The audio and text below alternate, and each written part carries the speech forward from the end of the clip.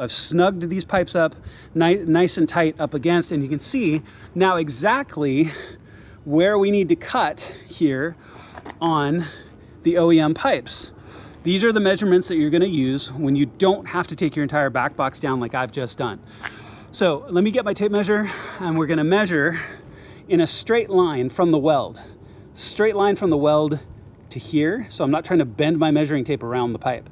Straight line to here, straight line to here. Let me get my hose clamp, and I will lay this all out, and then you'll have nice clean measurements. So when you do this, you won't have to take your entire exhaust line down.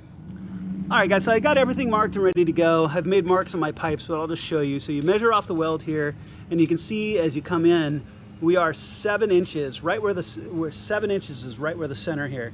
So I've made a mark at 7. When we come here to the other side, we're looking at 2 inches off the weld, as you can see right there. Now, the pipe's a little bit vertical, so there's a little bit of an air gap, but it's 2 inches straight down to this pipe.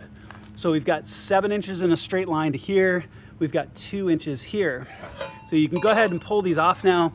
And again, what you're going to want to do is you're going to want to take your hose clamp. You can use a zip tie if you want, but take a hose clamp, put it around this, use your pencil, draw a nice clean cut line on both sides, and then I'm going to cut both of these.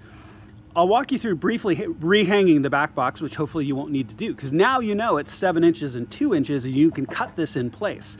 Okay, as you can see, we're going to walk this right back up and hang it back up into place with these 4 hangers, 1, 2, 3, 4. Then it'll just be hanging back underneath the car. Then we're going to hang the mid pipe off of the down pipes, because the nice thing there is that's going to hang in place.